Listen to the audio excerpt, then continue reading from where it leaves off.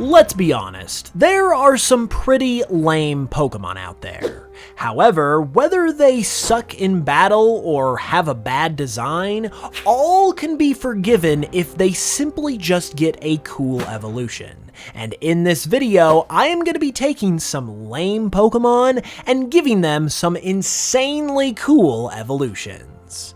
To kick things off, we are going to begin with Delibird. And first, I gotta say I like Delibird. I think it's a fun Pokemon, but it's no secret that it's more or less a gimmick Pokemon that isn't really gonna do anything in battle. So I thought it would be fun to give it an evolution that is specifically meant to be as cool as possible. This is Verahawk. It is an ice flying type just like Delibird and still has all of those Christmas vibes that Delibird does, but this time it just tries to pull them off in as cool of a way as possible. Since Delibird is essentially based on Santa, the idea that Verahawk as its evolution could be based on Santa's sleigh, if Santa's sleigh was a really cool looking jet or airplane. This is obviously to fit with the cool vibe that we're going for here, but also because it still works with the delivery aspect that Delibird has going for it. Another reason why a jet vibe came into play though was because of this guy. We have all known about this Latios Blaziken fusion beta Pokemon for a while now, but recently we actually got to see an official sprite of it that was leaked in the big Pokemon Terra leak. And alongside this sprite, there were also some notes attached to it from Game Freak developers that mentioned that they thought that it looked like a Delibird evolution. So basically, Verahawk is kind of an homage to this, but now it actually is a Delibird evolution. And this is also kind of where it gets its name as well, because according to this leak, this Pokemon's name was L-Hawk. So I kind of borrowed that a little bit from that beta name, and then it also derives from Delibird's name as well, as bird essentially upgrades to hawk, and then the Dela part of Delibird's name translates to Vera because it also comes from delivery. So Verahawk is basically just like a reinterpretation and an upgrade of the different features of Delibird's name. And then it also sounds cool, which once again is the whole point of this evolution in the first place. Meanwhile, in order to also redeem Delibird in the battling department, I imagine that Verahawk could end up somewhere around the 500 range in terms of base stats, and I thought that a fun way to evolve it from Delibird could be at level 25 in reference to Christmas, while also holding the Loot Sack. The Loot Sack is an item that was meant to be used with the underground in Pokemon Diamond and Pearl, but it was scrapped. However, since it would obviously fit perfectly with the theme of these Pokemon, and also because it's kinda already based around a cut Pokemon anyway, bringing this item back and using it as an evolution item with these Pokemon, I feel like would be really cool. And even if it's an idea that is kinda out there, I feel like it would definitely help to make this Pokemon and Delibird all the cooler. We are now going to go ahead and switch gears though to another Pokemon who is infamously lame, and that is Luvdisc. Luvdisc is ironically one of the most hated on Pokemon of all time, so it definitely deserves an insanely cool evolution, and Oramore is something that I think could do the trick for it. I have actually tried my hand at a Luvdisc evolution in the past as well, and this latest attempt is based around the concept of a heart of gold, which is actually something that Luvdisc's shiny makes reference to as well. I thought that it could work perfectly for an evolution though, because not only is it just a perfect concept for Luvdisc in general, but I thought that layering it with a goldfish inspiration for an evolution just made it all the more perfect. And then, due to all of this gold theming that we're giving this design, I thought that it also could become a water steel type, which I feel like helps even more with that cool factor that we're going for, while at the same time coming together so perfectly with everything that this Pokemon is based around. On that note, I also based Oromore on the Veiltail goldfish specifically, due to its very striking and beautiful appearance with its large fins and tail. And when it comes to this Pokemon's name, it also follows that theming too, because its name comes from the words for gold and love in Latin, which are aurum and amor respectively.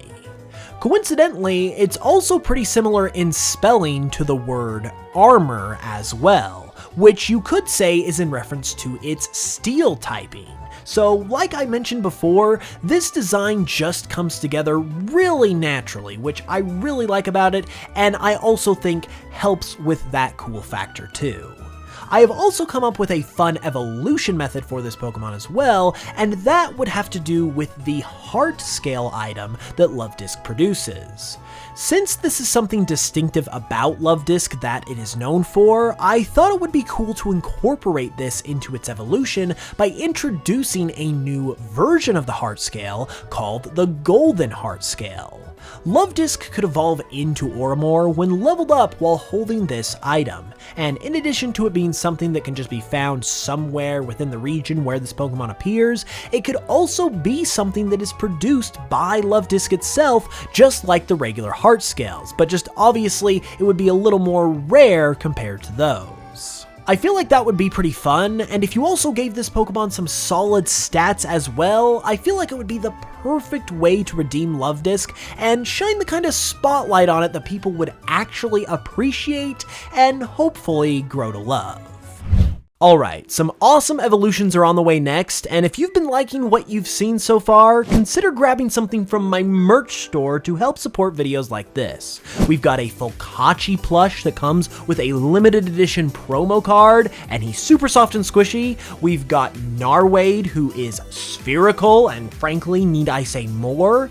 And we've even got some booster packs from my upcoming Histrobi Chronicles TCG, which is going to be a TCG featuring a bunch of my Fakemon from my videos. It's all really cool stuff and extremely high quality, and grabbing something helps to keep videos happening. So hit the link in the description to pick something up, and honestly, you could even consider it a Valentine's Day gift, because I know your special someone wants the Narwade plush. You can admit it, it's fine.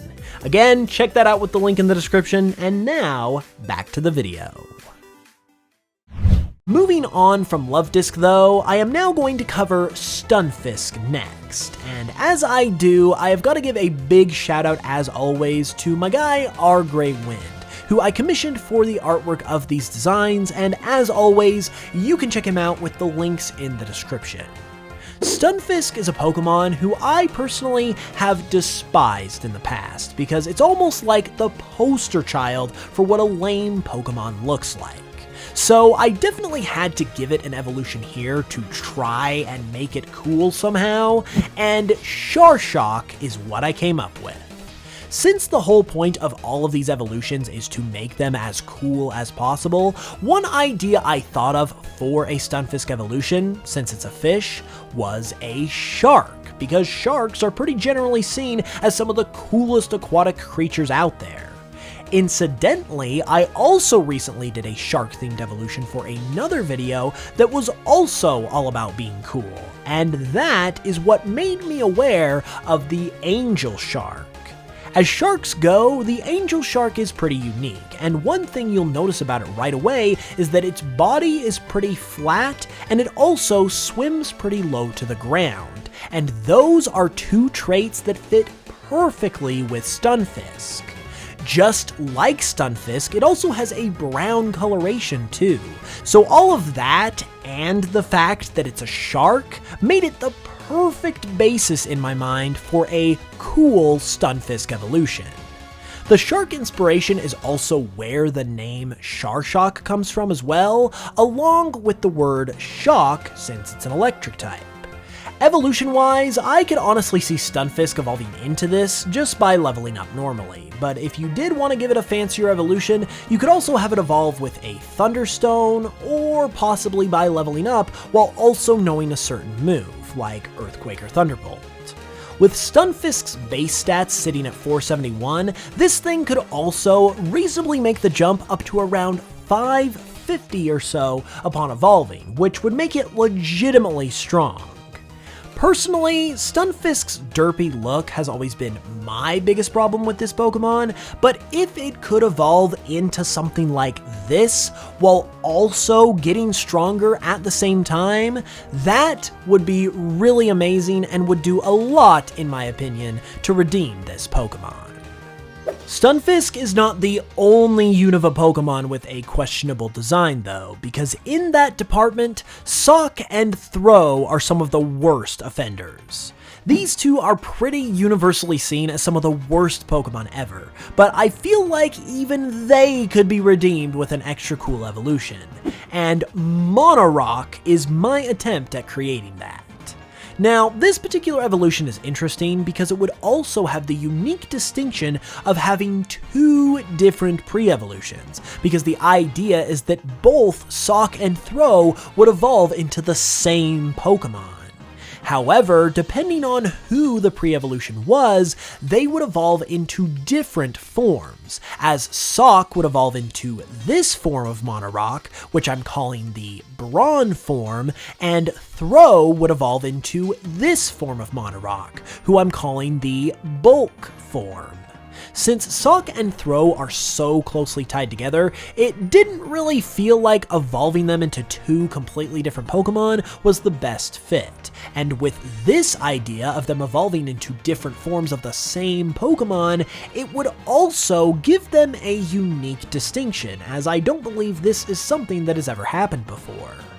The Bulk and Brawn forms of Monorock are separated by their stats, as the Bulk form is defensive-oriented and the Brawn form is offensive-oriented. However, they do have the same typing, which is Fighting Rock, which actually fits pretty well here since Fighting is typically seen as an offensive type, while Rock is seen as defensive. That is not actually the reason for this typing though, as it primarily comes from what this Pokemon is based on. When I was looking at Sawk and Throh, I thought about how basically everyone hates that they're wearing clothes, and that would definitely have to be removed if an evolution of them was going to be considered cool. But when looking at their white robes and how they laid against their rougher bodies, it gave me an idea. An evolution of these two could be based around Greek and Roman marble statues, which would be able to retain the rougher appearance of these Pokemon's bodies while also retaining the white coloration of their robes, but allowing them to not actually have to be literal clothes because their bodies would just now be white instead. Additionally, these Greek and Roman statues often depict various gods and godlike figures, which is not only fitting of an evolution, but it also works great with the cool vibe that we're going for. And then from there, any clothes that this Pokemon might be depicted wearing can now just become markings on its body versus the literal actual clothes of its pre-evolution. So overall, that is the general idea behind Monorock, and personally, I feel like it works pretty well.